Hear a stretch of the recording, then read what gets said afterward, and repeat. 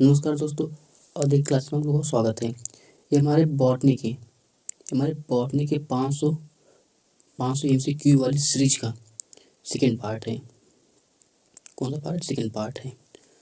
तो चलिए बिना समय गवाए हम लोग वीडियो स्टार्ट करते हैं। और लास्ट के अंत तक आप लोग कमेंट बॉक्स में जरूर लिखिएगा कि आपने कितनी स्कोर किया। अपनी स्कोर सेंड जरूर कीजिएगा। तो तने की वृद्धि प्रायः होती है। तने की वृद्धि प्रायः होती है। ऑप्शन ए प्रकाश की ओर, ऑप्शन बी अंधेरे की ओर, उपरोक्त दोनों, या फिर इनमें से कोई नहीं। तो जो तने की वृद्धि होती है प्राय कैसे होती है? तो होती है प्रकाश की ओर होती है। तने की वृद्धि प्रकाश की, ऑप्शन ए। और जो जड़ की वृद्धि होती है वो अंधेरे की ओर होती है। हमारा क्वेश्चन सेकंड है, अदरक एक तना है, जड़ नहीं है, क्यों? क्योंकि इसमें परहित का भाव होता है। इसमें पड़ व पर संधियाँ पाई जाती हैं, इसलिए ऑप्शन सी है, यह भोज पदार्थ संग्रह करता है, उपरोक्त सभी।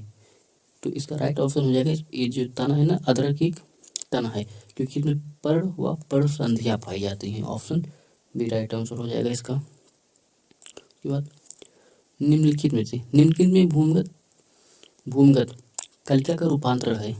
ए परकंद, बी अष्टमूल, सी सलकंद, या फिर घनकंद।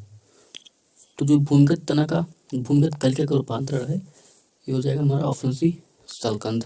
उसके बाद तने के अर्धवायवीय रूपांतरण का प्रकार है। जो हमारा तना होता है उसका अर्धवायवीय रूपांतरण का प्रकार है, ऊपरी भूस्तारिका, अंतःभूस्तारी, या फिर उपरोक्त सभी। तो ऑप्शन डी उपरोक्त सभी, ऑल ऑफ दिस हो जाएगा। जलकुंभी एवं समुद्र शोक है। जलकुंभी और समुद्र शोक है, भूस्तारिका, अंतःभूस्तारी, ऊपरी भूस्तारी, या भूस्तारी। तो ऑप्शन हमारा हो जाएगा इसका भूस्तारिका, ऑप्शन ए। प्रश्न नंबर 6, खाद्य संग्रह के कारण मोटा होकर भूमि में समांतर चलता है। खाद्य संग्रह के कारण मोटा होकर भूमि में समांतर चलता है। क्या चलता है? ऑप्शन ए घनकंद, ऑप्शन बी कंद, ऑप्शन सी प्रकंद, या फिर सलकंद। कौन सा चलता है? तो जो हमारा प्रकंद होता है ना, ये मोटा होकर भूमि के समांतर चलता है। निम्नलिखित भूमिगत तने की आंखों में निम्नलिखित भूमिगत में तने की आंखों में सल्क पाए जाते हैं। इसमें सल्क पाए जाते हैं कंद में, सलकंद में, परकंद में, या फिर घनकंद में। तो किसमें आंखें पाई जाती हैं? जो हमारे परकंद होते हैं इसमें आंखें पाई जाती हैं। उसके बाद प्रडाभ पाए जाते हैं। प्रडाभ किसमें पाए जाते हैं? रसकस में, एलियम में, नागफनी में, या फिर एवा भी दोनों। तो किसमें पाए जाते हैं? नागफनी में पाए जाते हैं, ऑप्शन सी। मकोई, अशोक तथा बैगन में तने का सखन होता है। जो मकोई, अशोक, बैगन में सखन होता है। तो सासी मच्छी होता है, द्विशासी मच्छी होता है, या फिर एक सासी मच्छी। तो इसका राइट आंसर हो जाएगा जो हमारा एक सासी माछी होता है, एक साखी माछी होता है। उसके बाद निम्नलिखित में प्रकार के शाखा विन्यास होते हैं में प्रमुख स्तंभ की शीर्ष कलिका की वृद्धि निश्चित काल तक ही होती है। किसमें निश्चित काल तक होती है? जैसे ऑप्शन ए में, या फिर ऑप्शन बी सासी मच्छी में, या फिर आसी मच्छी में, या फिर सासी मच्छी में, या द्विभाजी में। तो जो वृद्धि होती है ना वो सासी मच्छी में, ऑप्शन सी में होती है। उसके बाद कलिका का रूपांतरण है। इनमें से कौन सा कलिका का रूपांतरण है? कौन? परकंद, घनकंद, परपतन, पत्र प्रलिका। पर लिखा है कौन सा है? कलिका का रूपांतरण। तो इसमें से हो जाएगा पत्र पर कलिका, पत्र पर कलिका। उसके बाद कनेर एवं क्रोटान में तने का शाखन होता है। जो कनेर और क्रोटान होता है उसमें शाखन होता है किसमें? आसी मच्छी में, द्विभाजी में, द्विशाखी साची मच्छी में या फिर बहुशाखी सासी मच्छी में। तो किसमें होता है? तो बहुशाखी सासी मच्छी में होता है, जो करेन व क्रोटान होता है ना उसमें। उसके बाद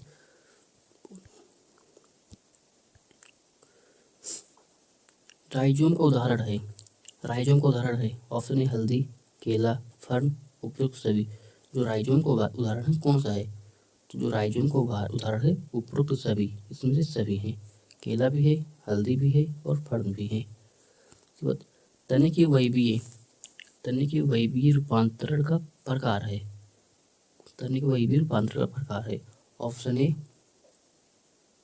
परपतानिम, परागपण, पत्र परिकल्पनाएं, स्तंभपतन एवं स्तंभकंटक या फिर उपरोक्त सभी। तो इसमें से उपरोक्त सभी हो जाएंगे। उसके बाद नागफनी और कैटस। तो नागफनी और कैटस तने हैं। शाखीय, नीलभ, प्रभाव या फिर कोड़दार। तो जो नागफनी कैटस होते हैं वो प्रभाव होते हैं। नीलाभ तने पाए जाते हैं। ऑप्शन ए गुलाब में, मकोई में, आम में या सरसों में। किसमें पाए जाते हैं? मकोई में पाए जाते हैं। ऑप्शन बी राइट हो जाएगा। उसके बाद रूट स्टॉक निम्नलिखित में प्रकार के तने को कहते हैं। जो रूट स्टॉक होता है किस प्रकार के तने को कहते हैं? ए उदाग्र प्रकंद या फिर क्षैतिज कंद या फिर घनकंद। तो जो हमारा उदाग्र प्रकंद होता है इसको कहते हैं रूट स्टॉक। उसके बाद तने का शाखाओं का उद्गम कहलाता है। जो तने होते हैं उसका शाखाओं का उद्गम कहलाता है। तने का शाखाओं का उद्गम कहलाता है क्या? वाहिरजात या फिर वाहिरजात, वाहिरजात, अंतर्जात या फिर आंशिक अंतर्जात। तो क्या कहलाता है? वाहिरजात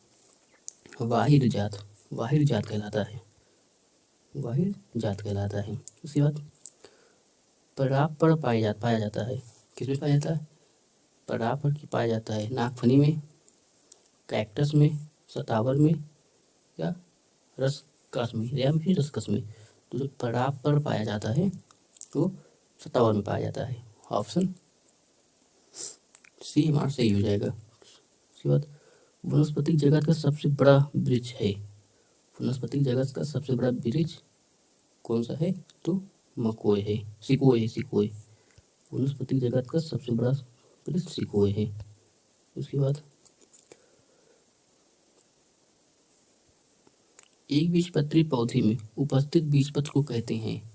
तो जो एक बीजपत्री पौधे में उपस्थित बीजपत्र को परवृंत कहते हैं, परफरक कहते हैं, शाहपत्र कहते हैं या वारुथिका कहते हैं। तो क्या कहते हैं? वारुथिका कहते हैं। जो एक बीजपत्री में उपस्थित बीजपत्र होते हैं उसको वारुथिका कहते हैं। उसके बाद कटहल, बरगद, पीपल की अनपढ़ में रूपांतर पाया जाता है। किसका रूपांतर पाया जाता है? तो कलिका सल का, बड स्केल का रूपांतर पाया जाता है। ऑप्शन ए हो जाएगा सही।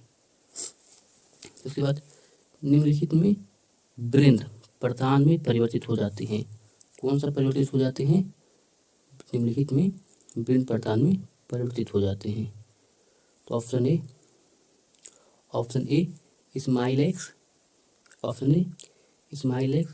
ऑप्शन बी शतावर, सी क्लीमेटिस या फिर ग्लोरी वॉश। तो क्या होता है? मतलब निम्नलिखित में वृंद प्रधान में परिवर्तित हो जाते हैं तो क्लीमेटिस होता है इसका राइट आंसर। के बाद आप लोग साथ ही कमेंट बॉक्स में बताना कि आपने कितना सही किया, कितने स्कोर हो रहा है आप लोगों का। चना, अरहर एवं मटर की पत्तियां हैं। जो चना, अरहर और मटर की पत्तियां हैं क्या है? पत्तियों का प्रकार है, जैसे सरस पर, संयुक्त पर, पंचपर्णी या फिर शल्कपत्र। तो कौन सा प्रकार है? चना, अरहर, मटर का संयुक्त पर्व है। इसका राइट आंसर बी हो जाएगा। नींबू की पत्तियां हस्ताकार प्रकार की हैं। जो नींबू की पत्तियां हैं वो हस्ताकार प्रकार की हैं। तो द्विपर्णी या फिर एक पर्णी, त्रिपर्णी या फिर बहुपर्णी। तो किस प्रकार की हैं? तो एक पर्णी है। ऑप्शन नंबर ए हो जाएगा, बी सेकंड बी हो जाएगा सही। तंबाकू के पौधे पर पर्ण विन्यास पाया जाता है। सम्मुख, एकांतर, चक्रीय या सम्मुख राशिक। तो कौन सा पाया जाता है? तो कौन सा विन्यास पाया जाता है? तो एकांतर विन्यास। Option B. मटर, जंगली मटर एवं गैलियम के अनपढ़ में रूपांतरण पाया जाता है। तो गैलियम में अनपढ़ की रूपांतरण पाया जाता है किसमें?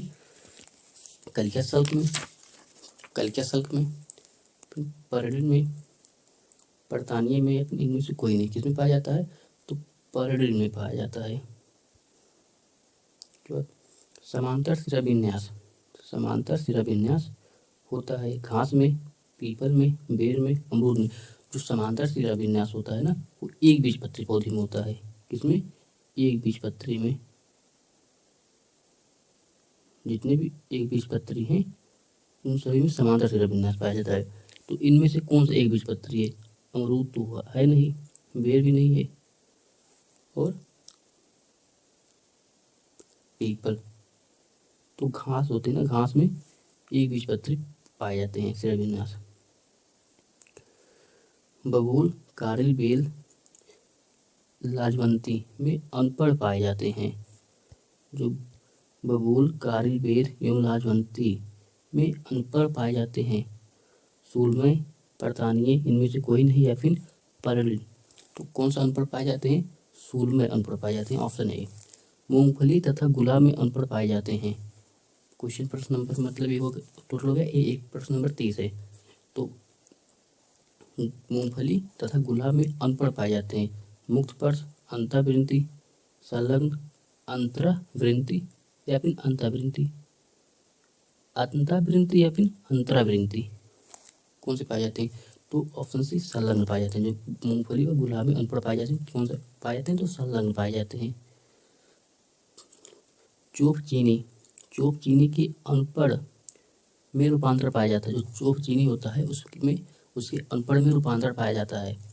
तो पर्णिल का, सूलमय का, पर्तानीय या फिर कलिका सल्क का। तो जो इसमें पाया जाता है चोप चीनी में एक पर्तानीय का रूपांतर पाया जाता है, अनपढ़ में पर्तानीय रूपांतर पाया जाता है।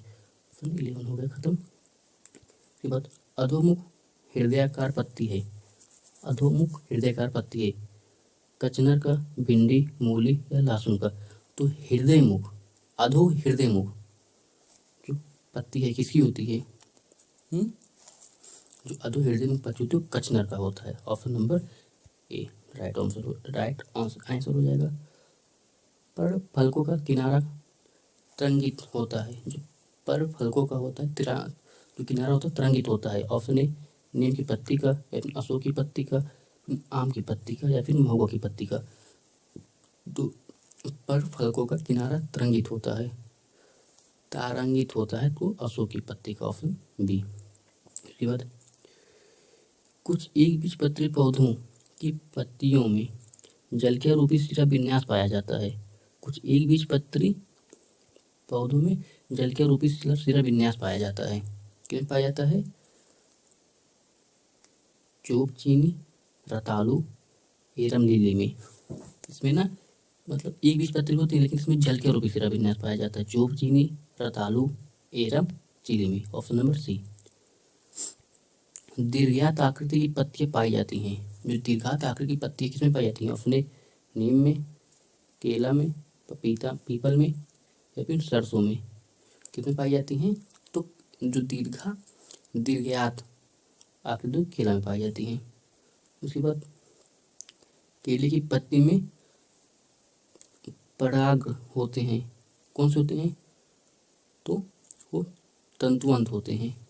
Option B. सत्यानाशी में परतट पाया जाता है।